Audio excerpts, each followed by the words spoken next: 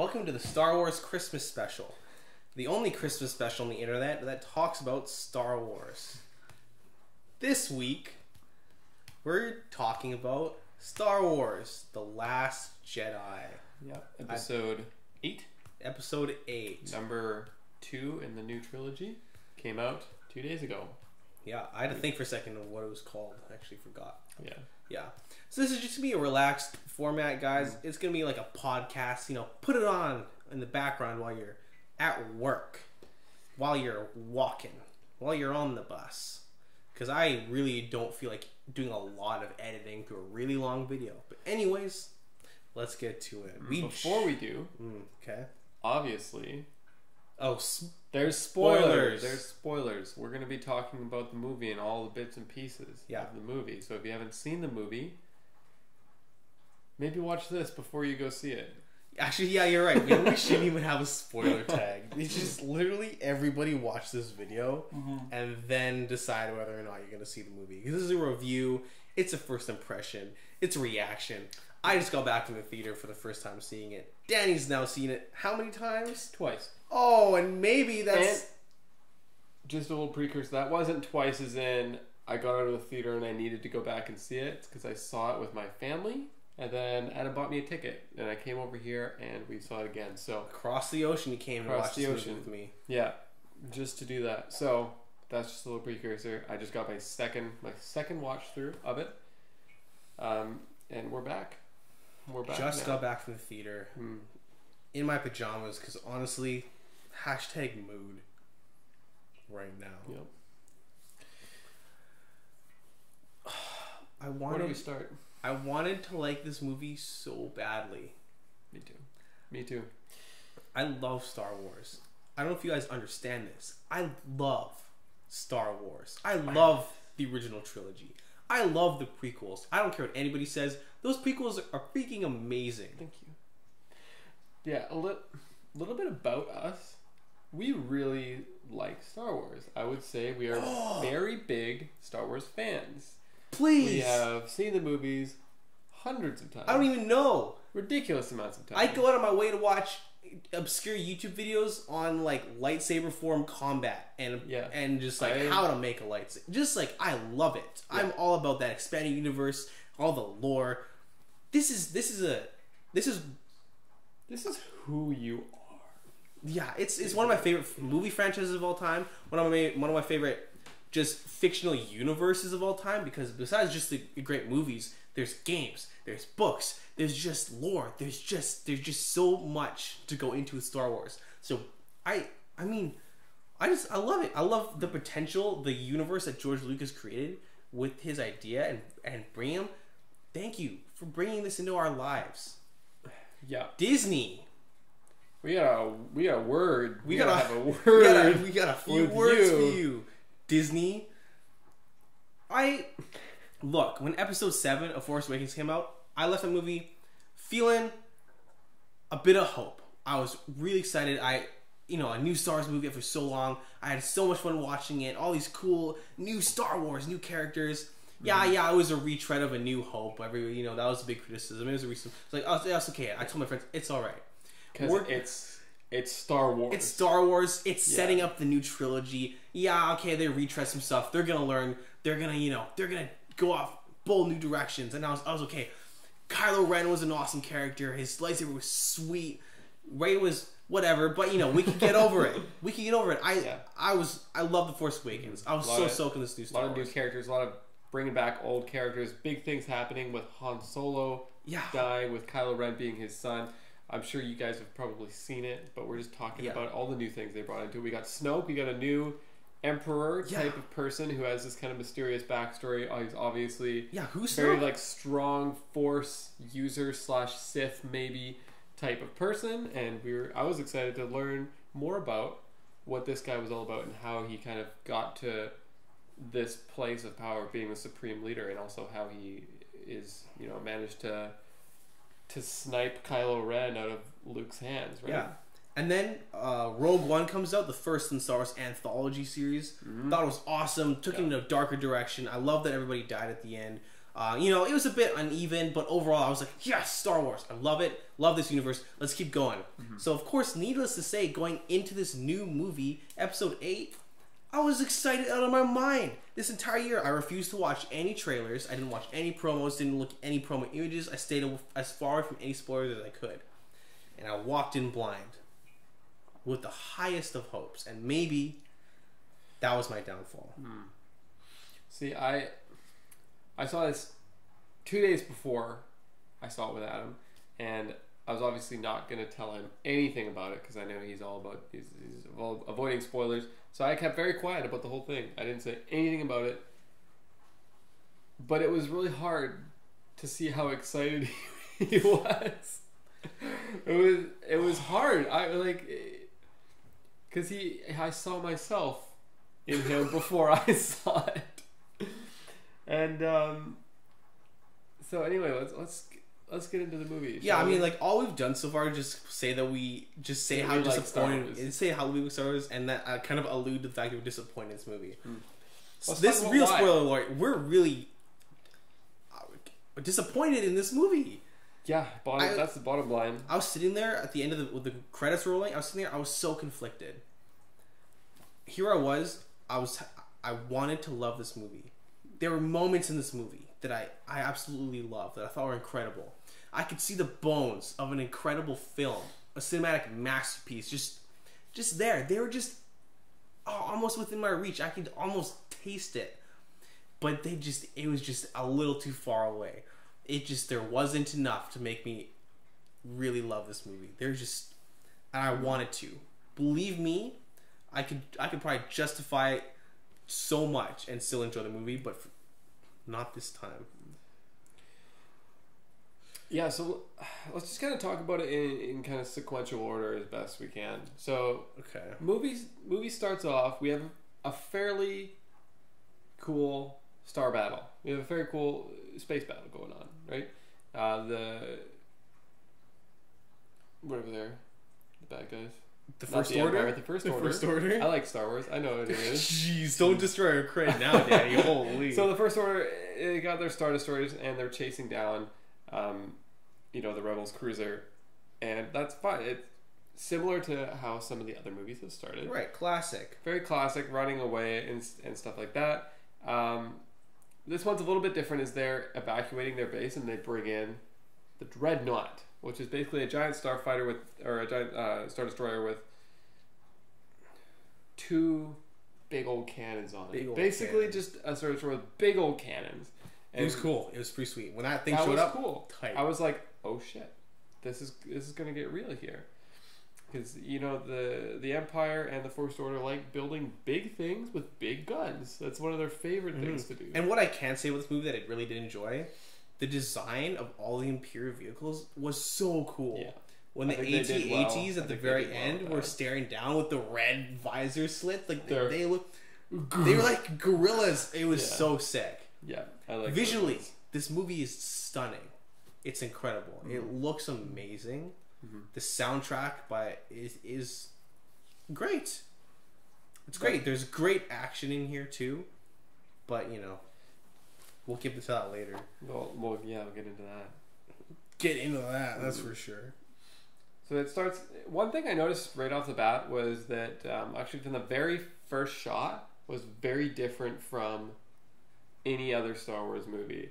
Like that first pan that's very classic. Yeah. Star Wars has never really been the type of people to have camera movements that it kind of shot in, like really like shooting through space, like going in, like ships were going around it and stuff as it was flying in and stuff. I just thought that was very different from normal ones, because it's usually like it pans down, it shows a ship, or it pans across and shows a ship. It's like they're usually very simple kind of things, but this was a very stylized moving camera, almost like the camera was on a ship, like flying through.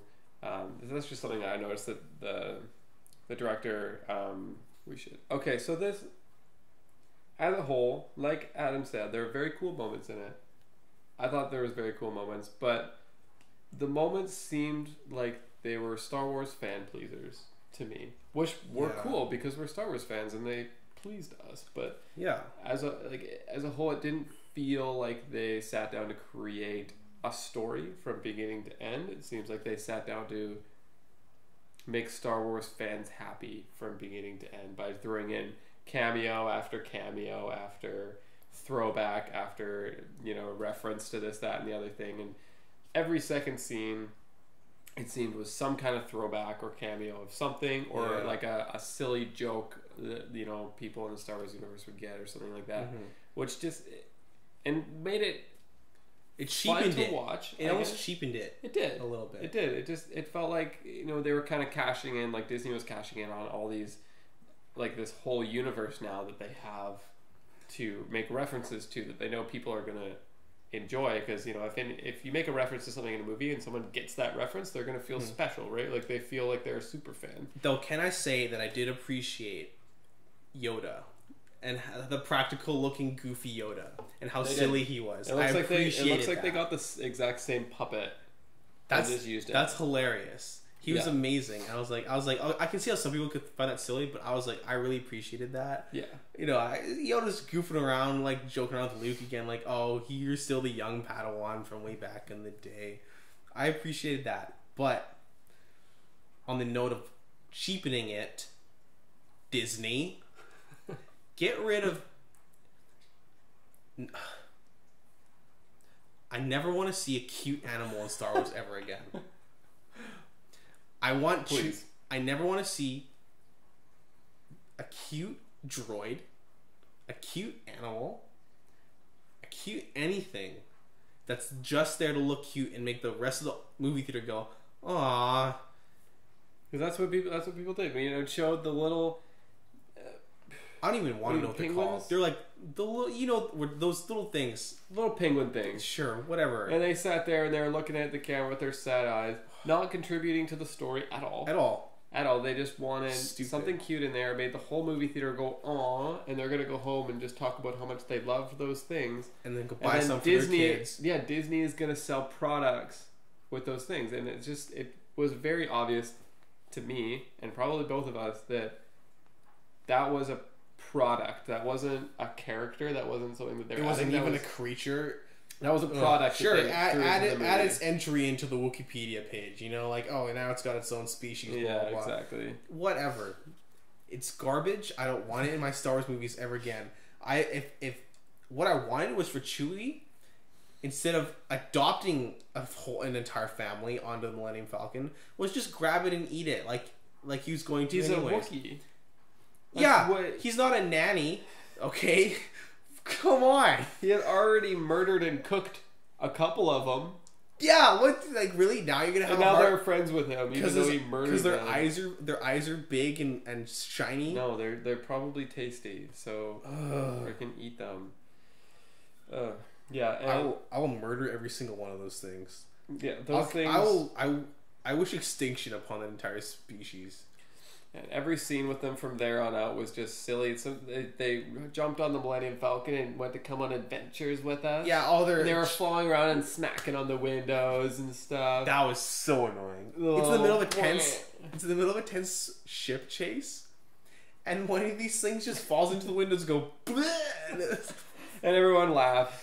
Everyone laughs at that part because it's silly and it's cute. Yeah, and oh no, they're on the control panels and Chewie's trying to steer the ship. Yeah, so get them out of here. Freaking A. Goodness. I'll only forgive that if he eats them as snacks later on. Speaking of cute animals, a big part of the Star Wars universe is like creatures and aliens and stuff. That's a big part of it. Yeah. Just for creating the universe, not necessarily for the story, but just for creating the actual universe. Like, you know, in the cities and stuff, there's always those big kind of animals lugging stuff around. And this isn't a human galaxy. No, so there's definitely weird creatures, there's weird aliens and stuff.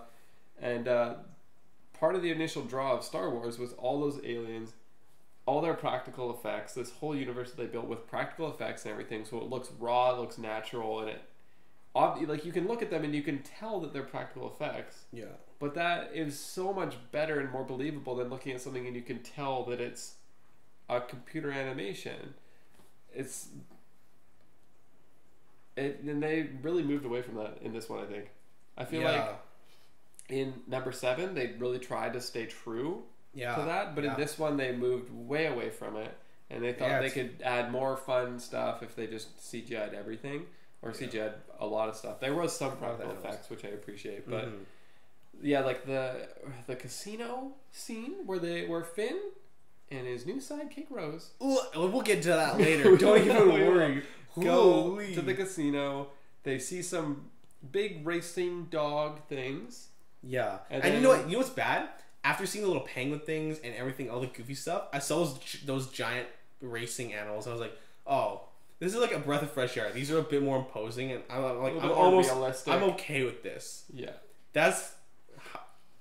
And then they jumped on its back, and they all rampaged through the city because Rose wanted to punch a hole through the city, and so they literally punched a hole through it with these big old dogs. Whatever they were. And then they run out into the thing, and the dog looks down at them. They're like horse Furbies. They're like, basically. They're like gremlins with 4 legs. Yeah. And, can we talk about that line? It was worth it to wreck that city. And then Rose doesn't think it's worth it yet. And so she has to go over and take the saddle off the oppressed dog Furby horse. And then she looks back and she says, now it's worth it. Oh! So, I think the entire casino sequence was one of, if not my least favorite scene of the entire movie. My least favorite part was was Rose. Yeah, so Rick. While we're on the topic of Finn and Rose, let's just go over what Finn and Rose did this movie. How about Finn woke up? Finn in like a beach ball, in a leaking beach ball, which is kind of funny. It's kind of funny. But I was like, okay, they're really playing up the goof factor in the first 20 minutes of this movie. Like everyone's kind of being silly right now. Let's keep it going. What he does is he has a beacon for Rey, and he doesn't want Rey to come back to this doomed freighter, so he tries to escape. That part's all fine, right? He likes Rey. He wants to get away from this himself because he's always running away from stuff. Yeah, he also wants Rey to be safe and not come back to this. Yeah, that's understandable. Enter Rose. She's crying in the corner because her sister kind of was a martyr that destroyed the dreadnought, which was cool. It reminded me of Rogue One, where everybody sacrificed themselves for the Rose won. Rose sure didn't win this movie for me. And so anyway, they meet up. They go on an adventure to save the ship. They go and try and find a hacker so they can board a hacker tack into the mainframe of the main ship. And then so to get in there, essentially just to save the fleet. But can we talk about how Finn's trying to escape and she's like, yeah, I've like already stunned 2 people trying to desert ship today. And he's like, really? And he's like, what are you doing here? He's like, it's routine checks. In Finn fashion. You couldn't use like your star power with her to be like, I'm doing secret rebellion mission stuff. Like, don't tell anybody. Like, this is top down. You shouldn't even see. She'd be like, okay, cool. And he could have just jetted out, gotten Rey safe. But no, she had to stun him, and then like I don't even remember what happened. She's pulling him on this cart, probably gonna turn him to the brig. Then they kind of come up with a plan together. And the thing is if it's fine, it would have been fine if like they had teamed up together and done something. But if you think about their entire plot line, the 2 of them, they go to the casino, they get the guy, they go to the ship, they get caught, guy betrays them, they divulged super top secret information to Mr. obviously untrustworthy man, who then cut a deal and sold that information to the Empire, and then the Empire nuked a ton of escape pods, killing hundreds of rebels. True. And then they escape by a very silly droid riding an AT. Anyway, that doesn't matter. But first of all, yeah. But bottom line, they did nothing, which I almost like because I think that was the only brave choice that this movie made. Was having it not work. was having their plan not work as expected. Was showing that Poe's brashness in the beginning was actually gonna bite him in the butt later on, and not just like have, oh, the roguish swashbuckler can just get away with whatever because he's like charming and charismatic and stuff. Yeah, and it's like, no, you made a bad decision. A lot of people died because of your dumb decision. I thought that was a good choice. That was one of the things that I'm like, yes, Star Wars, you did this thing right. You did this one right. Thank you. But let's fast forward a little bit till after that, when Finn had a moment that he could have redeemed himself. Because for 10 seconds, Rose wasn't there for 10 seconds, and then Finn started going well. And Finn was finally good again. Finn was. He decided that he was going to sacrifice himself, and no one else would, to fly into this miniature. The battering ram cannon. The what now? The battering ram cannon. He was going to fly into it and destroy it to save the entire rebellion. Heroic. Very heroic. Mm-hmm. He failed this entire movie. He bothered me this entire movie. Watching that, I said to myself, this is good for Finn. He has not been a contributing character this movie. Yeah. This is how he can be a contributing character and also not be in the other movies, so he can not contribute some more. And you know what? I liked Finn in the first one. Me too. I did. I didn't mind Finn in the first one. Yeah. This one, he did nothing.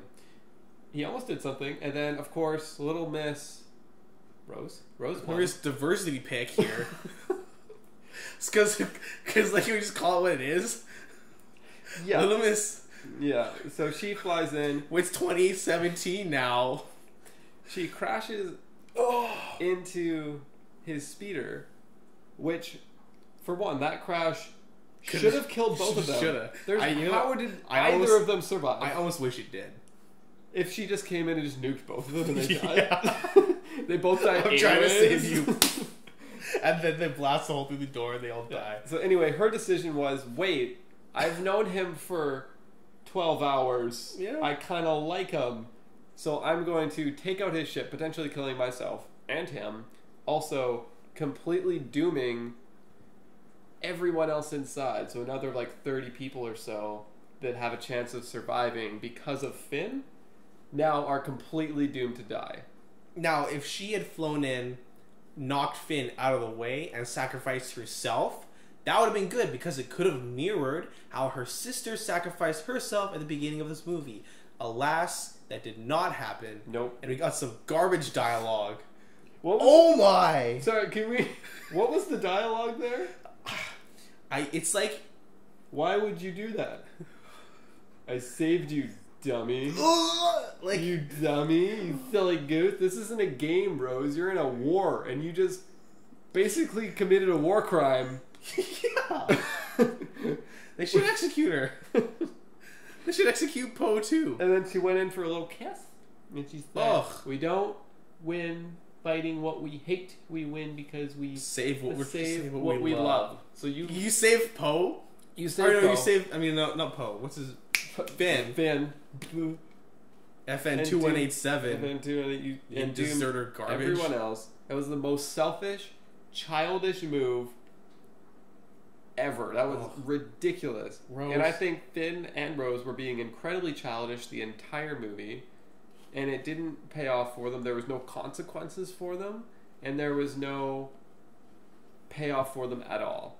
Meanwhile, Poe was being childish at times. He was being kind of hot-headed and childish and stuff, which was bothering me at first, but then it was good that, he tried this mutiny and Leia woke up and he said, "Sit down, son," and just like popped him, right? It's like there were consequences. Exactly. He got demoted, he got stunned, that right? purple-haired admiral woman, I really liked her. Yeah. I get we're supposed to not like her because she's like stifling this hero's creativity. But I was like, Poe, you're being an idiot. Thank you, Admiral, who's obviously, from Poe's reaction to hearing her name, is somewhat of a legend in the rebellion, who is a successful leader of troops and knows what she's doing. Thank you for putting him in his place and teaching him, hey, maybe sometimes you should just follow orders. Yeah. Maybe sometimes your hero plans aren't gonna work, which they didn't, and that was one thing that I enjoyed. Poe's arc, I think, was actually good. Yeah. Poe in himself is a fairly good character. Yeah, I think they wrote him fairly well. Yeah, I was annoyed with him at the beginning, but I'm glad that it was kind of like it went around and actually had a completed character arc. I think you were kind of supposed to be annoyed with him. Okay, because I from my like kind of impression was that we were supposed to be annoyed with the Admiral that she was like stopping him. Yeah, which I feel like some people were, but I was like, no, Poe, sit down. Yeah, I mean there was like kind of like two sides to that. Yeah. Like, for one, it's like, oh, that's Poe Dameron, I know him, I have to agree with him type of thing. Yeah. But I didn't really feel that. Personally, I definitely agreed with the Admiral chick. It's like, well, you're not in charge, Poe, so stop being a little baby and go to your post, you dumb idiot.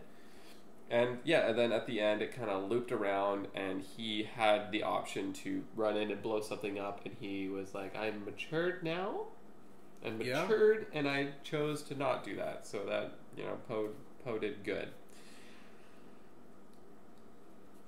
Now we just need to see Finn and Rose either mature, or Rose could just never wake up from her little coma that she's in. Yeah, or Rose. If Rose had also died after that crash, I would have been okay with that. Better. Get rid of Rose. I was like, when she was talking to him, I was like, okay, so this is just a minor. Some actress won a competition to like have a talking part in a Star Wars movie for a couple minutes, but it kept going on. I was like, there's no way they're making her a main character. They did. There's no way she's gonna be a big part of the rest of the movie. They couldn't do that. She seems so uninteresting. Yeah, I think she was an incredibly weak character. I mean, they tried to bring her with some backstory. I mean, with like her sister and stuff, and how she, died to drop the bombs, which was cool. They had a rough childhood. She's sympathetic towards the animals. Yeah. So, not that any of those things are bad. It's just that the character didn't evoke any sort of empathy from me. No. First of all, I thought she died. I thought she did die after she kissed him or whatever. I thought she just died. But then I was kind of like, okay, I'm glad that we don't have to deal with that character anymore. I thought she was a bad choice to begin with, but at least you're taking her out now. And then it just has him dragging her in like... Also, you kissed Finn. Don't ruin the Rey-Finn romance, because now It is ruined now. Because now Rey and Poe are going to get together? No. Rey and Poe, no. Finn and Rose, no. I would rather Finn and Poe ended up being gay than Finn and Rose. Because at least they're two actual characters. Yes. Right? And if they wanna throw that diversity thing in, they could do that, and I'd feel better about that. My dream would actually be Finn and Poe, and then Rey and Kylo. Rey and Kylo, obviously. Yeah. Yes, there's something there. There is, and I feel like those, well, Kylo in particular is a well put together character. Out of all the main characters, I think he's by far the best one. Like as far as the main characters in this new breed of cast, Yeah, definitely. Speaking of Kylo, let's speak about Snoke a little bit. Shall we talk about Snoke? Okay, hold on. Yes, of course we're gonna talk about Snoke. Okay, but first.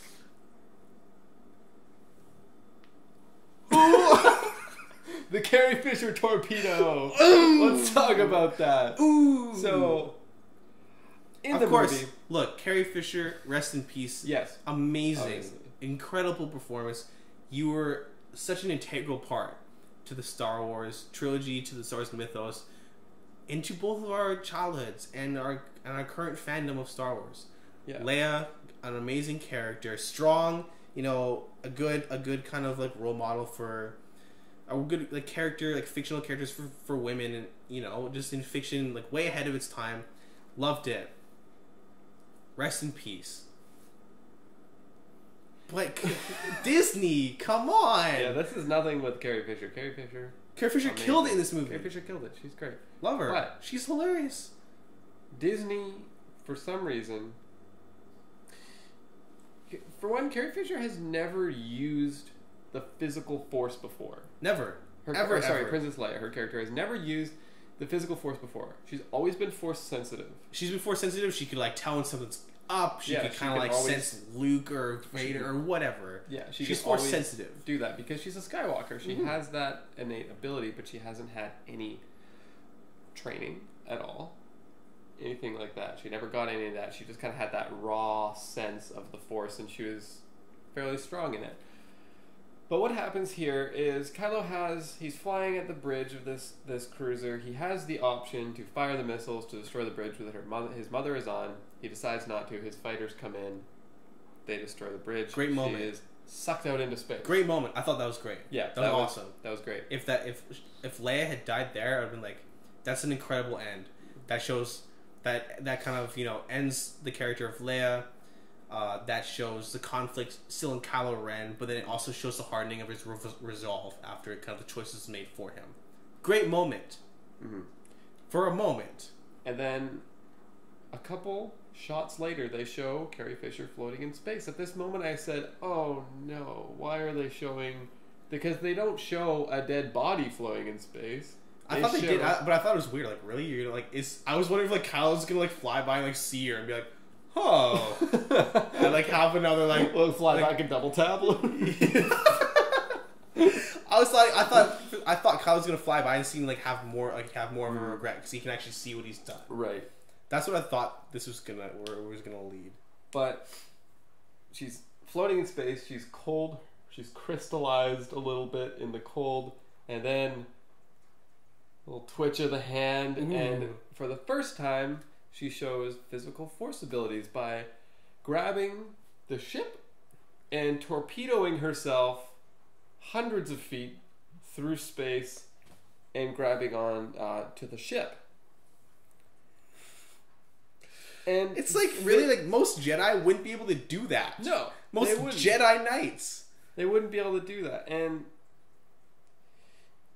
ignoring how she survived any amount of time after the shuttle was broken and the vacuum took her out, she would have been dead fairly instantaneously, given that the Force saved her, as things do.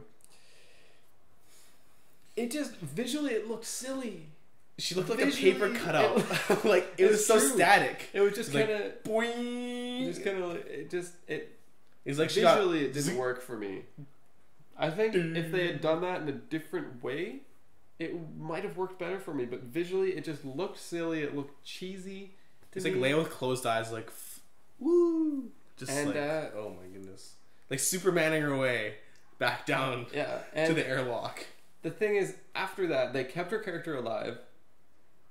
And then, for the rest of the movie, she was a presence, but she didn't contribute much or anything to the story. She didn't do anything. Yeah. She was just kind of with the crew, running around, basically. I mean, the only thing she did was kind of shut down Poe, and that's great, but, if you're going to have a big moment like that, a big save of a character that you think is dead, and then big save like that, the character kind of needs to seem like they came back for a purpose. But so far, I have not seen that purpose out of Leia. So, Leia torpedo, not entirely down with it, or the way it was done, necessarily. Yeah, because Disney kind of dug yourself into a hole now. What are you going to do with Leia? You had the perfect opportunity to have an amazing character, have an incredible end, and contribute to the story. But you goofed it. I'm interested to see how you're going to dig yourself out of this hole. Well, what's probably going to happen is she's going to disappear like Luke did. Which is... I'm just guessing that's what's going to happen. I don't want that to happen. She went away. She's on the farm. She's on to with your childhood dog. I don't want that to happen, but I'm fairly sure that is probably going to be the way that they're going to swing it, and they're kind of going to give it like a nice moment, kind of like a Carrie Fisher tribute kind of rest in peace moment as she fades off. But Yeah, it's hard because they can't kill off all of their original characters because those are the original characters, right? Well, they could have kept Luke. They easily could have kept Luke. Luke was amazing. Easily one of the best parts of this movie. Oh, well, it's really cool to see some actual force, like some cool force abilities and stuff. You know, like when he was kind of using the force to like maneuver better, like on the battlefield and stuff like that. That was sick. It was really cool. And then you get the big reveal that he wasn't actually on the battlefield fighting Kylo. He was way on a different planet, force projecting himself, which was sick. I was thinking that's maybe what he was doing. Like when I was seeing like because visually he like looked younger, he looked different. He had the lightsaber that like Rey took, and he wasn't making footprints in the ground. It was like a bunch of things that were kind of that I mostly just saw with the second time I went through like the footprints thing. But yeah, like you get the big reveal that he's, like, you know, forever away projecting himself, which I think is really cool that they're exploring kind of different applications of the Force and have someone like Luke that's so powerful. These movies are like teasing out how cool the Force and all these things can be. Like when Kylo Ren stopped the plasma bolt in the first one. Yeah, I visibly like gasped in the movie theater when I saw that. When Snoke just like zaps Kylo at the beginning of this one, that was like so sick. Just blasts the floor and just sends him flying. That was so cool. Yeah. But then freaking. Then they just have to ruin it all. Yeah, and so see when I first saw this movie, what I was predicting to happen was, I'm sure a lot of people were predicting this as well. When Kylo went and sliced through Luke, he was gonna fall like Obi-Wan did. That's exactly what I was expecting to happen. That didn't happen, and I was like, what? And then it showed him sitting there, and I was like, no way. He's actually going to survive this. Like, he's not just going to give up and die. Luke is still alive, which is what I was super stoked about. It wasn't like that he's, you know, using this cool power to do this thing. It was that Luke's still alive, and he's still awesome, and he's doing this badass thing. And then he just kind of got really sweaty and disappeared all of a sudden. And when he was there, I was like, all right. Like, he can't die because, you know, he's obviously still okay. He's obviously gasping and like exhausted because that must have been just like a draining experience. But and then he just kind of faded off. Cool. I thought, you know, like for someone like Luke Skywalker, I thought that was a pretty weak ending for him. Weak ending for Luke Skywalker, which is not what you want to do. I mean, like what he did was so cool. But then, like, if it had ended here in his little coolness arc, it would have been fine. But it, like, went up and then went down and then ended. So it wasn't... It was... It's like his story with Rey didn't ever really come to any fruition, I feel like. You know? No, they leave on bad terms. Which is, I guess, it was just fine, but it's like...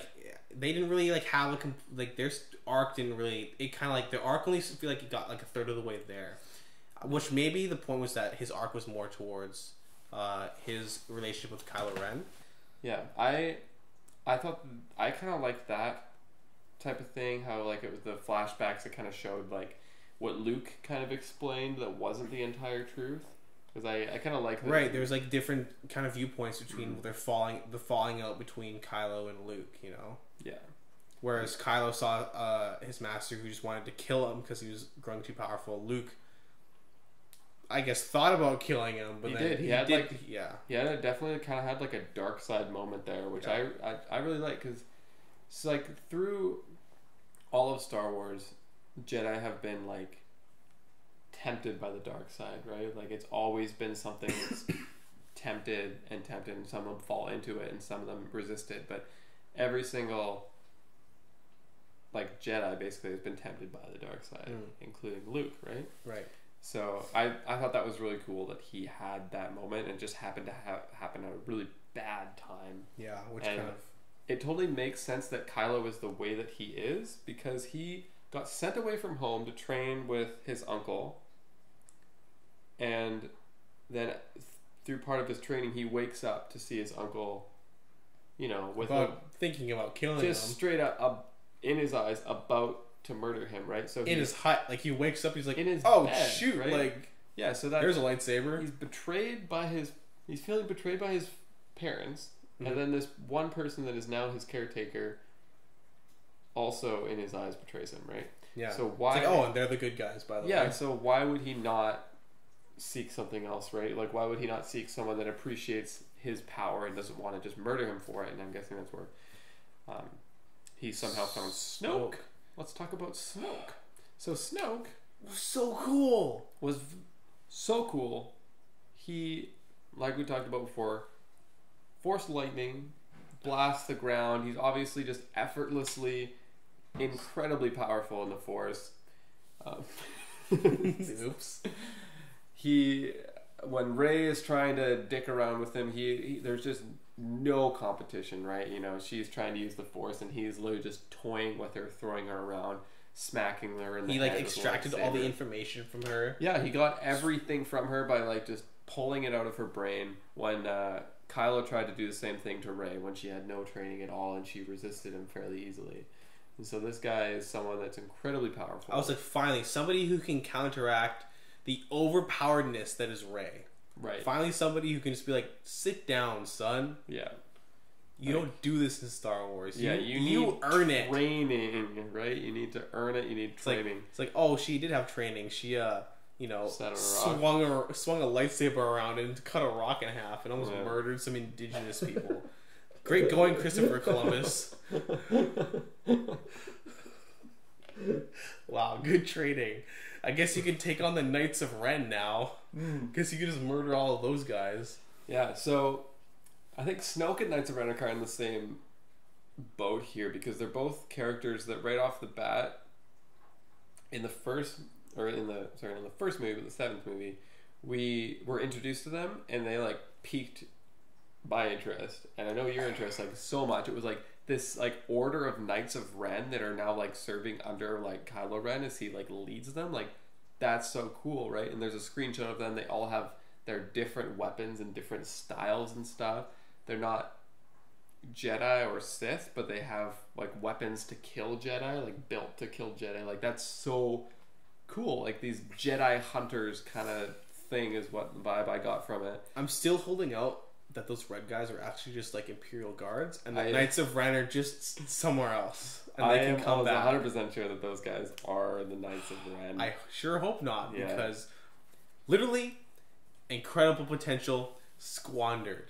Yeah, in the Knights of Ren, and then you also have Snoke, who also piqued your interest. Everyone's wondering, who is this guy? Where did he come from? Where did he get these powers? Because I was liking this new brand of Star Wars villains. Because in the original trilogy, you had obviously the Emperor and Darth Vader, who were these very cold, stoic, just cruel, mysterious. Yeah. Whereas Kylo Ren is kind of this emotional, just hot, conflicted, tortured soul, and Snoke is almost charismatic in how he kind of laughs and is able to.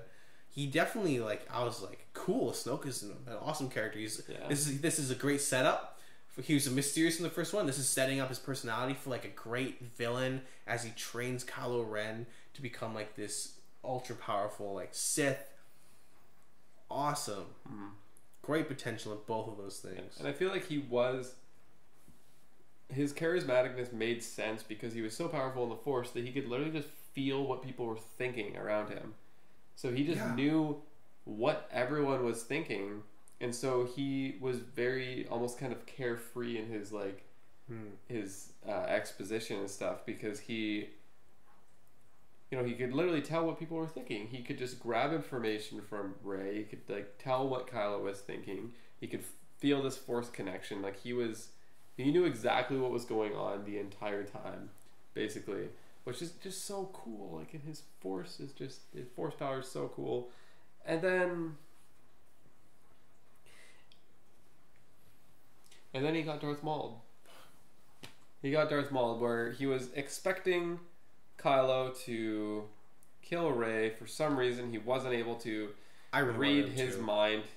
I guess Kylo somehow learned enough from him to kind of block him or something, or manipulate that, which is fine, and that's cool. But then, he just kills Snoke. So he turns the lightsaber and just puts him right to the side. And I was like, really, Snoke, you're gonna die like that? You can literally sense the feelings of everybody around you, but you can't hear a lightsaber rattling on your chair, like turning around to stab you and cut you in half. Cool, dude. Good one. Great. Yeah, so that was frustrating because that whole build up was like, I was like, yes, if Kylo had killed Rey at that point, that would have been crazy, and I would have respected Star Wars so much for making such a bold choice. This movie was a bunch of almost bold choices. It's a Disney movie. You know, they set up with the bold choices and then it takes kind of the obvious one. I'm really happy that Kylo didn't just turn to the light side. Yeah, like turn to the light side there. Be like, I killed him for you, Rey. That would have been the last straw. But yeah, the only redeeming thing about Kylo Ren killing Snoke was that he then took over himself and says, I don't want to be manipulated. I don't want to be the Sith. I don't want to be a Sith. I don't want there to be Sith or Jedi or rebellions or the First Order. I want it to all burn. I want to start a new thing, and I want to be the one who leads it. Yeah, I was like, that's cool. That's like, because he was this entire time he's been very kind of unstable, and that was like his kind of first moment of just stability, right? Like, he's finally like committed to a path. Yeah, he's like, I am going to murder my master, and I'm going to take his place as supreme leader, Ben. Probably not gonna call himself that. No, I probably Kylo Ren's already still Supreme Leader Kylo. Or but and then at that moment I was like, okay, Disney, you have another chance to win my heart. If Rey accepts his extended hand of friendship and partnership, that would be incredible. Because Rey's whole thing is that she's trying to find her place in this universe. She goes to this island, she's exploring, she wants to find out who she is, who her parents are, how she fits into all this. We'll talk about the weird mirror thing later. But, so she finds out, she doesn't find out who her parents are. Kylo Ren tells her, look, your parents, they were alcoholics. They were nobodies. They sold you off for drink money, basically. I like how they didn't have her to be like Obi-Wan's daughter. Yeah, as soon as those theories came out, I was like, I don't want that. Like, it's okay to have someone new with Force abilities, right? Like, that's fine. And they did do that, which is great. And I liked how she's kind of her own person, but then it's also like that's a devastating moment for her, right? And he says, look, you don't matter to anyone. You aren't anybody. Like, you aren't someone important, but you matter to me. That is a smooth ass move. That was so, I like that line a lot, and I think that she should have been touched more by that. I think she should. Yeah, even if she didn't accept, she should have been more torn. She should have been like, "Look, I'm sorry. Like, I wish I could help you." But she said she just like, I don't know. Instead, she just goes for the lightsaber, just to kill him like immediately. And like they've had this Force connection thing that originally they were kind of like at each other's throats, and then they kind of had moments where they were just sitting and just talking and just being with each other, right? Like they were just hanging out, basically. Yeah, I feel like they're both confused and they're both just trying to like figure this stuff out. And then, I think obviously Disney's not going to have Rey go to the dark side. I wish they had the balls to do it. I wish they did, but they don't. But I feel like she should have been more tempted, right? If George Lucas was involved, I bet she would have. Bring George Lucas back. We should make a petition. I honestly think that Star Wars would be better if we brought George Lucas back. Because you know what? I had this thought multiple times when I was watching the movie, which is probably a bad sign. But I thought, you know what? Everybody hates the prequels. And I can see why people don't like them. I personally do. But I can see why people hate the prequels. But the one thing the prequels have that's better than these new Star Wars movies is that they were unpredictable. I had no idea where the story was going to go when I was watching those movies for the first time. It takes a completely different turn than what you would expect from a typical Hollywood movie. The bad guys at the end of the trilogy, at the apex of this cinematic trilogy we've been on, the bad guys win. Lord Anakin kills, pretty much almost eradicates the Jedi Order, rises to power as Darth Vader, and he's a tortured soul, but that's how the prequel trilogy ends, is with that. That's insane. That's crazy. And you know what? That's 100 times better than how this movie played out. Yeah, And you know, I see what they're trying to do with. They're kind of trying to set us up for the next movie in a very, like a place very void of hope, kind of, right? You know, like lots of people died in this movie. Lots of people we didn't care about. No one we really cared about died, except for except Luke, Snoke, Luke and Snoke. Luke and Snoke, I guess. Yeah, but like I mean, like in the kind of the tons of people that died in the rebellion, kind of like. Oh yeah, the actual. We didn't really rebellion, have many people die, except in the general as well, which we kind of cared about, but she was very kind of short-lived on screen. Yeah, the admiral. Yeah, and they kind of trying to set you out. Like the rebellion is now what, like a dozen people? Yeah. Like there's barely any people there, but it didn't feel. It didn't feel like they were. It never really felt like they were just. You know, getting obliterated. Like you always knew that, like, yeah, you know, something's gonna happen. Like they're not all gonna die. Like you never have like that moment of like kind of like fear where you're like, am I gonna have to watch these characters die now? You just like you never had that. Even like this movie made me hope that the resistance would get destroyed. Yeah. I was like, I can't wait when I realized the Imperials could see the cloaking devices on the transport ships. I was like, oh, this is how they can get rid of Leia, and then they could just kill Poe. They just shoot down her ship, and I was like, that would be great. Yes, show the consequences of your dumb actions. Have literally the entire rebellion wiped out. Because you know what? If there was no rebellion and empire dynamic, then there's room for like a different idea, a different side of the story to grow from. It doesn't have to be the same exact thing every time, which is what Disney is now doing with all their movies. Looking at you, Marvel. Your movies have been the same for the past 3 years, don't even lie. The exact same movie. Don't do this to Star Wars. Don't turn it into cheap popcorn entertainment. they have. Because that's what you've done with happened. that's what you've done with Marvel. Star Wars is something that shouldn't be a fun popcorn flick with the family. It should be it's something that a lot of people take really seriously. And I get that people take the comic, like Marvel and the comics, really seriously too. But you're just turning it all into just kind of like factory produced, cookie cutter, formulaic movie that goes the same way every time. Yeah. It's not just it started as a story. It's now a franchise, right? It's a money machine. Disney wouldn't have bought it if it wasn't a money machine, right? They're making all their money back because they're selling Star Wars as a product now, and they're introducing these new characters and things so they can, you know, advertise them and sell them as well. And it's obviously that's going to happen in modern day big movies, big productions like that. That's just going to happen. It's just the way it is. But they were just so blatantly obvious about it, which is the hard part for me, is that they didn't really. It didn't seem like they put a ton of effort into keeping the spirit of Star Wars. With like the new filming style, the CGI, just the silliness of it, the family friend, the cute animals. Goofy, yeah. Too goofy. It was too silly. It was just. I honestly think, I can see how the Marvel ones, like, that's fun. It's comic book fun, whatever. Star Wars is not Marvel. It's different. Treat it differently.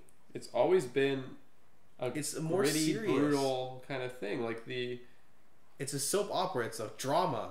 Yeah. You know. It's not a fun action romp. Opera. You know, it's not an action romp through the park. Yeah. Yeah, I mean, people haven't gotten their limbs cut off yet, which is kind of a Star Wars staple. But like, I don't think Disney would do that. Like, I don't think. Yeah, like, I thought the scene of Luke getting his hand cut off is brutal. He gets it cut off. It's painful. He's screaming and he's in tears. Right? Like that's.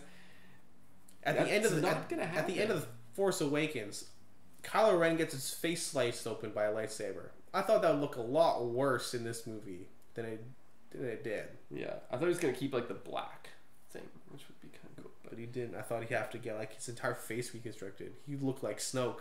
He'd have to have that helmet permanently like grafted into his Yeah. skull. See what it's kind of becoming like in the fight with the Knights of Ren or whatever they are, the Imperial Guards.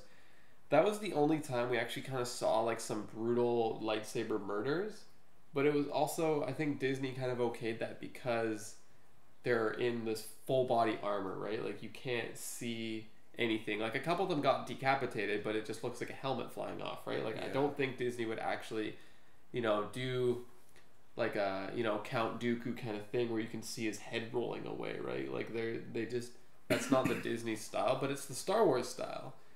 So it's hard to see it just being family fun now. Yeah, I mean, It is. It's like I was so excited. Like Star Wars every single year for the foreseeable future. This is probably the greatest era of movies of my life. I love Star Wars, and we're getting a new movie every single year. That's amazing.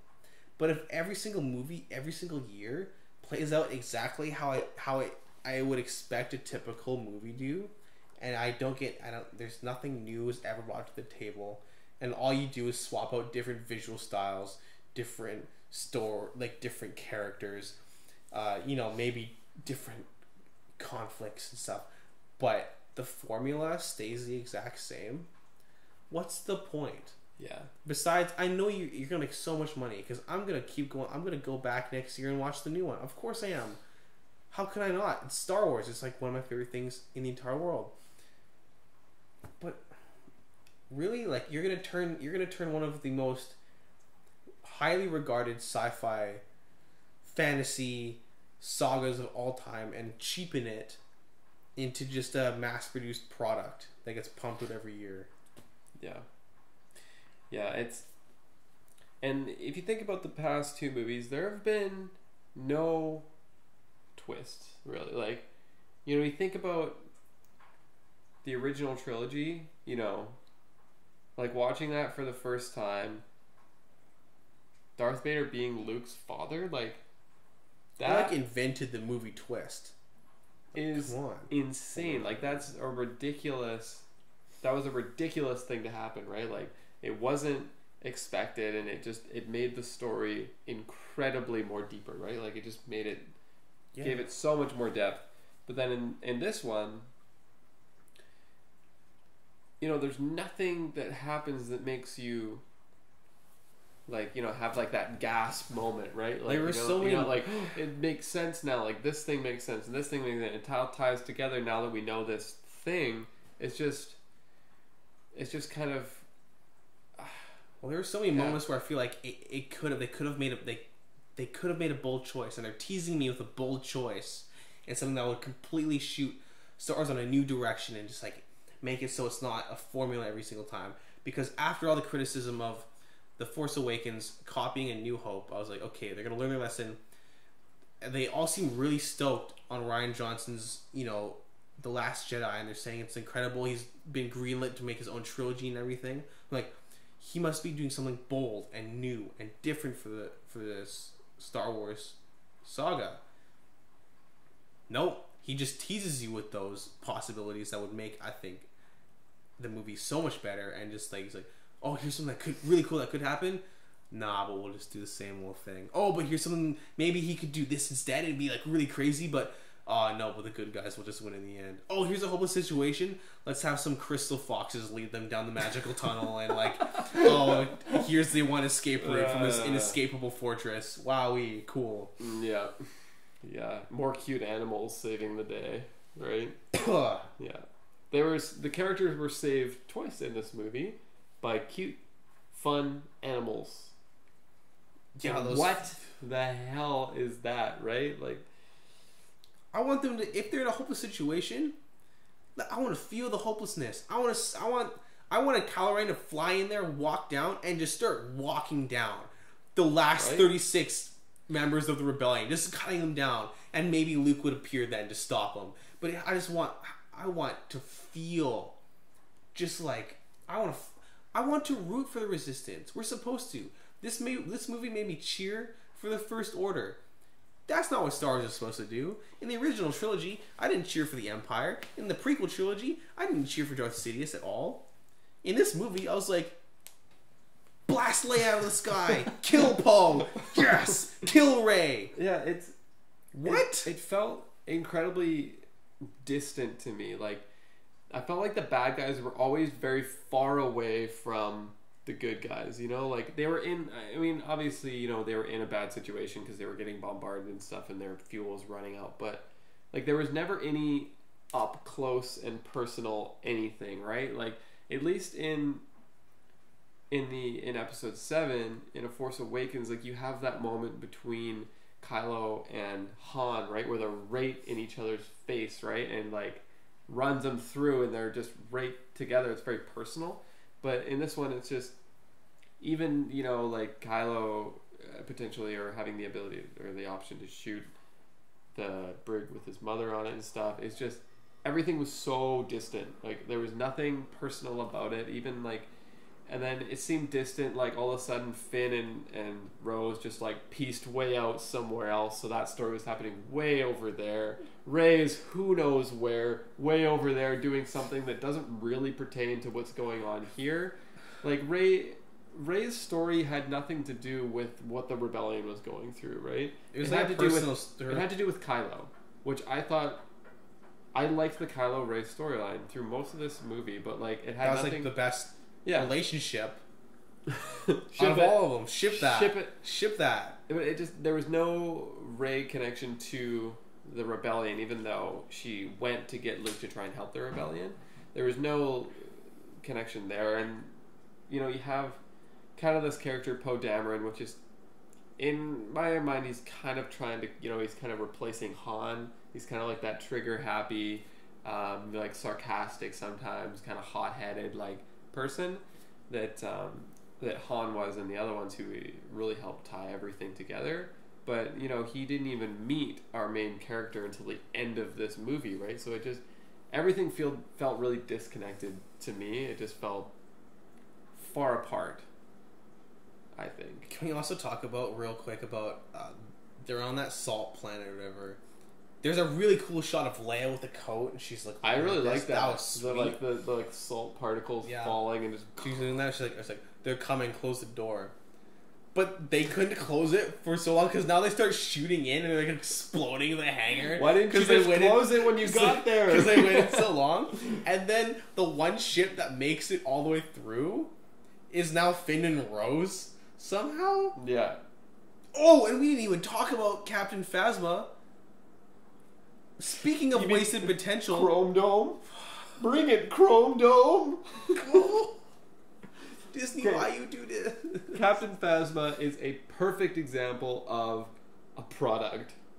I think she's a perfect example of it because so cool. So many posters, so many just like any kind of like imagery of the new Star Wars movies include Captain Phasma because she looks dope, right? She's chrome stormtrooper with a cloak. And she's played, I don't remember the actress name. Christie. Yeah, so this like kind of big name actor of like this, you know, like really big imposing chick, and she's so cool. Yeah, she's plastered everywhere on every like Star Wars thing. But in the first movie, she had a couple lines and she did nothing. She didn't do anything, but it just kind of set up a little bit of like it just, almost like a comedic kind of like rivalry between her and Finn, right? Like they put her in a garbage chute, like it's just like this silly little thing. And then everyone was like, really, that's what you're gonna use Captain Phasma for? They're like, oh no, don't worry, she's coming back in the next one, don't worry. And I was like, hey, do something cool, right? Like, and I was getting excited when she dresses down Finn, like FN 2187, you know, well, like whatever. Yeah, good to and I was like, that. I was like, that's so cool. I like this dynamic. This like. Because one of the cool things about The Force Awakens was the potential, like, humanity of the Stormtroopers. Or whatever they're called in these ones, you know? And, like, having an actual... and having them, like, interact with each other, not just be, like, mindless, you know, voiceless people. But actually having, like, this captain, like, kind of like this drama going on between them. And I thought, you know... I thought that would be a good potential to, you know, execute Rose right there. She just got brutally beheaded by that laser axe. That would have been great. Also, How is a laser axe more painful than a blaster? Is my I guess it's more brutal. I have no idea. Also, I don't really know the science behind that. It might be more painful. Maybe it doesn't even kill, but so that I was like, cool. We're getting Captain Phasma. Yeah, that's amazing. And then her and Finn fight for like a minute. And it's like, it's so sick. She's just like, she's blocking it. She's getting lightning going down all her metal armor, onto her face. So it looks so cool. And then she knocks him off. I'm like, okay, I guess Finn's dead, but good. Like, you know what? Captain Phasma's so cool now. And then he just happens to like rise up on a platform and then just domes her. Chrome dome. And then he didn't even kill her. She, like, the laziest death in cinematic history. I was thinking, okay, falling off something into fire explosions, right? Like, it's the laziest thing because they don't want to have, they don't want Finn to have blood on his hands, right? Like, no, he just hit her in the head. She's fine, but then she fell. Like, come on, like, have some balls. At least if you're gonna kill her off there, have her get killed, right? Not just fall into a pit. It's what a waste of a character. Like, complete waste of a character, and it's just a product that they're selling, right? What I think needed to happen with Captain Phasma is I think she needed to be like a known, kind of dreaded person in the rebellion, right? Like, it needed to be the type of thing where like she shows up and they're like, shit, that's Captain Phasma's ship, right? Like, yeah. I feel like she needed to have some kind of notoriety to her, right? She needed to have like a hit squad of like death troopers, like in Rogue One or something like that. Yeah, except those guys all got killed easily. Yeah, I mean that's way too long ago, but like something heck. cool like that, where you have like this captain who you actually are scared of because she demonstrates what she's capable of doing, instead of just literally standing there and being shiny. And that's all she did. And then she got hit in the face and fell off a thing. So Phasma's dead now. Yeah. I forgot about Phasma. I know. Oh no. Okay. It's like I genuinely wanted to love this movie. Yeah. I wanted to so bad. And look, there's some shots that are amazing. The kamikaze light speed shot through cool. Snoke's ship, an incredible image. The image of Luke Skywalker facing off against Kylo Ren on like just looked salt beautiful. Fields. Oh man, with this massive line of dope ass Imperial vehicles behind, with the ship floating over them with the commanders in it, with the massive like door, which I thought like all of that was so cool visually, and like that fight was cool visually, Luke flipping around using the Force and stuff like that, and I thought it was some really cool moments, but they were just outweighed by moments that just made me put my face into my hands in the theater. Like it was like that. It's like the bones of an incredible movie are there.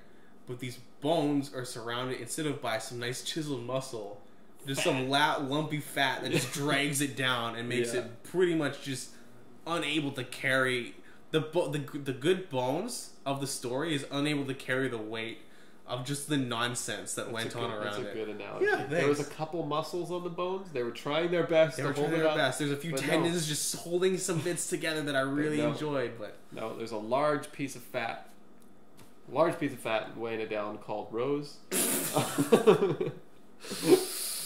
and paired by an equally large piece of fat called Finn. And also predictable story. Cute creatures, which we don't want. No dedicated Star Wars fan wants that. You're selling Star Wars products to 8-year-olds. Star Wars fans are 30 plus. But the thing is Star Wars fans don't buy Star Wars products necessarily. Kids do. Kids get Christmas presents, right? Kids will go and be like, Star Wars collectors. I want a BB-8 for Christmas, and that parent should be like, no, I'll get you an R2-D2 because BB-8 is a silly droid, and you. He's a silly droid. Can we talk about this? The very beginning of the movie, 2? Let's talk about BB-8. BB-8. Let's talk about BB-8. In the first one? In Force Awakens? He's fun. Cool, sure. You know, because he was a service droid. And he was kind of cheeky, like R2-D2, flipping the thumbs up, like every once in a while. That was alright. This one, it starts off, he needs to do some repairs. And In so he pose, goes actually. into the ship, he looks at just a bunch of resistors, and he kind of like blocks one off, and that's fine. And then another one pops out, and you're like, okay, he's kind of doing a little thing, like he's plugging them like they're holes in the ship. This is fine. And then another scene comes along, and he has an arm with like 6 or 8 different things plugging all these holes. What is that gonna do, really? Yeah. Like, at least, like the R2 units and stuff, they had like their little things, and they're actually like soldering and grabbing stuff and like trying to do stuff. But this one, he's just kind of like, it's a silly moment. I was like, BB-8, come on, let's go. And he's like, oh no! And he retracts his arm, flips his head around, and just goes, it just means to stick his head in it. Obviously, that works. It's like, oh, and yeah, he looked at the computer screen, he's like, weapon systems back online. He's like, oh, cool. Yeah, so BB-8 being really silly off the bat. Honestly, at the beginning, I kind of looked past that scene. I was like, okay, I mean, like, they're kind of doing their little BB-8 thing, that's fine. But then further on, like, BB-8 kind of became this character that, like, saved people's asses, like, a bunch of times. Which R2-D2 did. Of course. Right? But he did it in practical ways, right? He's like, I'm a service droid. I can plug into this. I can control this stuff. I can stop the garbage. I can stop the garbage chute. I can from crushing you. Open this door. I can look at these cameras. Like, stuff like that. Like, BB-8's like, let me just fire off 10,000 casino coins and literally kill 4 guards. The guards were all laying on the ground, knocked out and tied up. And BB-8 did it with casino coins that he was shooting out of himself. Because a drunk little alien man thought he was a slot machine. So BB is like, oh, I guess I'm actually super hollow. Like, I guess I'm really actually hollow, and there's like there's a 4th dimensional pocket where I can just keep all this extra coinage because I don't have any extra parts in there. Then he ripped away, and he became friends with the Hacker Man, and they stole a ship together. The Hacker Man. And then, like, had the stairs come down, and BB-8's right there, and he's like, are you flying that ship, BB-8? And honestly, I wouldn't be surprised if somehow BB-8 was flying the ship as well. At that point, I was like, oh yeah, I guess he was. I guess he was, but then the Hacker Man was there, and it's, okay, whatever.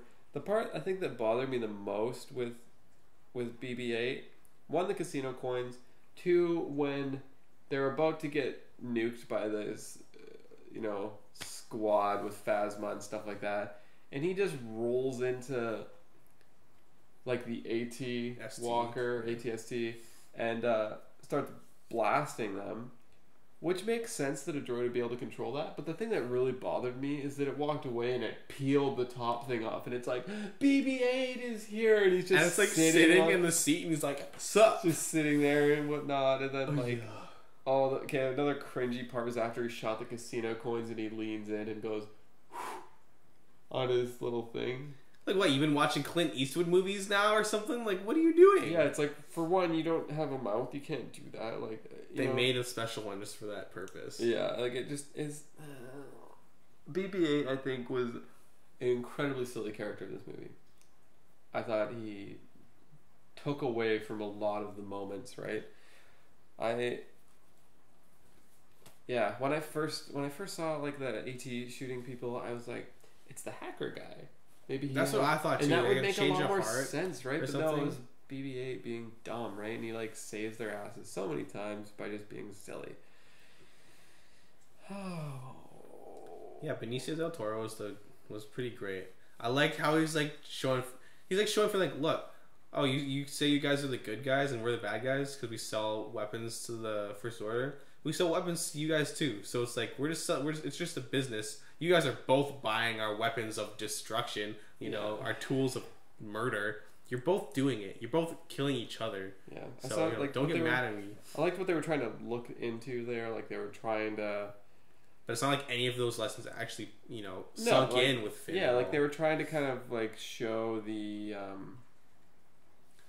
kind of, the Mos Eisley-esque people, like all the rich people and stuff like that, like almost extended universe people that are kind of, like, benefiting from this war on, like, the fringes of it and stuff. But it just didn't land to me at all, and it might have. it might have landed if they kept those gosh darn dogs in their cage and figured out another way back. But yeah, because look, let's be honest. When we first saw that track, everybody thought pod racing. I was so disappointed it wasn't pod racing. I thought that would have been the absolute perfect throwback to the sequels. Because if it didn't even have to be like a main part of the story. No. Just show that there's pod racing there. Yeah. Even though it's like kind of like a really weird, like even just class it up a bit, make it look shinier. Yeah, like not like a junk kind of pod racing, but like, you know, like actual. And it could still be run like the racers could still be like kind of like the lower class or whatever, but it's just nicer. You didn't have to have like a little. I guess they're kind of copy like the horse races that rich people go and watch, but I know, but I thought it was. Oh, we already established pod racing in this. I know, universe. and it's like this incredible thing. I thought it would be cool to have pod racing as they're kind of like they're making kind of these poor people race and they're betting on them and stuff. And it's like this incredibly dangerous sport. That's kind of the whole point of it in the first one. It's like gladiators, you know. Yeah, it's kind of this gladiator style thing, which would obviously even maybe better show like that these guys are kind of like these high class snooty people that don't care about the poorer folk, right? Like I think that would show better rather than just having a guy like whipping the Furby horse. Yeah, it's like, oh no, you're disciplining the animal for acting out. That's awful. Yeah, it's like let's go release them into the wilds and now it's happily ever after, because I guess it's impossible for them to just go get them again. No. Can't just send one of their flying spaceships. Yeah, they're probably not chipped or anything. Hey? Yeah, you don't think they have any way of getting more? No, they just completely collapsed that economy, I guess. But was it worth it? Nowadays. Alright, we should probably wrap this up, hey? Yeah, is there anything else that we need to talk about? Like, I'm trying to think of like specific. This has had no structure at all. This is just us talking. Just whatever's coming to mind, mostly just ripping on it. Look, it's not that we hated the movie. Here's what I was thinking. I was thinking this: if this hadn't been a Star Wars movie, if it had been a Star Trek movie, say, because I'm not really invested in Star Trek, or just if it had just been a random sci-fi fantasy movie, I wouldn't have cared. I wouldn't have seen it in theaters. But if I had seen it, I would have been like, okay, that was kind of fun. That was entertaining. It was a little silly, but like whatever. Like I would have probably enjoyed myself and enjoyed the 2.5 hours I spent by hanging with my friends or my family or whatever watching it. But it's not. This is a Star Wars movie. This is something that I want to be not that I don't want it to just be entertainment. I want it to be art. I want it to be something that will stand the test of time, not just anyways. Nah, I get it. Look, I get it. This movie isn't an awful movie, but it doesn't do Star Wars justice. No, and they're making a Star Wars movie, so they have to understand that it's going to be held up to Star Wars standards. And even in like the little interview with Rian Johnson before the movie actually started, he specifically said, there's no other franchise or fan base that cares as much about every little thing. And when I heard him say that the first time, I was like, good, he understands that people give a shit about this, right? Like they're going to look at every little thing and pick it apart and everything like that. But I just feel like how could he have watched some of those scenes and been like, when Star Wars fans look at this and pick it apart, they'll really like that. They'll really like it. And I mean, I don't know how much of that is him or how much of that is Disney kind of coming in and saying, that you need to have the fun, cute stuff in there as well, just so we can sell products and stuff. But yeah, I don't know. It seems like Star Wars it's a series of movies, but it's so much like more than that, right? It's if you go and see, let's say like one of the new Marvel movies or the new Star Trek movies or something like that, and someone's like, oh, did you see the new whatever movie? And you're like, oh yeah, I did, I enjoyed it. And they're like, yeah, me too, it was good. That's pretty much all the conversation you have about it. Yeah, it's like, I haven't seen it, I kind of lost track. But it's like it's like the type of thing where if it's a good movie, you say it's a good movie. If it's not, you're like, I wasn't really into it. But Star Wars is very different. It's the type of thing like where if someone hasn't seen this movie in like the next 3 days, people are going to be like, what are you doing? Why have you not seen Star Wars, right? Because it's so important to so many people. And it's not like, did you see the new Star Wars? Yeah, it was good. Yeah, I liked it too. It was like, it's, no, you have to, you talk about everything that went on, right? Yeah. And like, people are so incredibly invested in Star Wars. Like, I don't We go we haven't made a movie review since the Lego movie. That's how important this is to us. I usually don't go to the theater. I'm poor. I don't have that much money. I spent $13. That's a hell of a lot of money. $13.25 or something like that to go see this movie, because Star Wars every year to me is something that I look forward to. And walking out of that movie, which is kind of what it's all really about, is how you feel after you watch it. I didn't feel very good after I saw it. I just didn't feel very good. There was cool moments that I felt good while watching it, but afterwards, as a whole, I came out and I felt drained and disappointed. In it, because so much of me wanted to like it, but if you just look inside yourself, if you're watching this right now and you don't agree with anything we're saying, look inside yourself, and if you can possibly just take that part of you that loves Star Wars so much and just look at it without that part of you in there. If you look at this movie without that lens of a Star Wars fanatic fan, is it a good movie? No, I don't think it is. Looking at it as a Star Wars movie, I think it's passable. I think it's probably the worst movie in the saga, out of all the Star Wars movies. Worse than 2? Yeah. You think so? Hey? Worse than Attack. This is worse than Attack of the Clones. Ooh, those are heavy allegations. But honestly, I would rather have Hayden Christensen talk about sand for 2.5 hours than have this movie the next movie be like this. Yeah, I honestly the silliness level in Phantom Menace with Jar Jar Binks was considerably less than this movie. Yeah. I'd rather have Jar Jar Binks back. Yeah. I said that. That's terrible. That's one of the worst things I could say. And I genuinely mean that. Alright guys, we gotta finish this up real quick. It's almost 1 in the morning. We've been talking for a real long time. Yeah. If you've actually stuck with this entire time, first of all, you're crazy. Kudos. But thank you. Bottom line, I didn't feel like this movie was very fair to the hardcore fans. Yeah. I think it catered more to younger people and the general audience. But I don't think it was very fair to the hardcore fans. Feels bad to dislike a Star Wars movie. It really does. So I guess we're making this in hopes that someone will, just hear maybe not our specific video, but maybe a collective voice saying, we're not okay with this. We're not okay with you cheapening pretty much like one of the greatest franchises of all time. And so that's why it's not that I want to be negative or overly negative ever. I want to be a happy dude, but I feel like this is an important thing for Disney to hear, especially since they have so much power over kind of like what we see as entertainment now. I feel like it's important for them to know that we're not all 8 years old. Take risks, to do something different. If you're gonna own everything, don't turn every product into like factory made cookie cutter nonsense. Yeah, we don't want to see Disney Princess Rey. We want to see Jedi Knight Rey, basically. Yeah, I think I've said everything. I think I've said everything I need to say.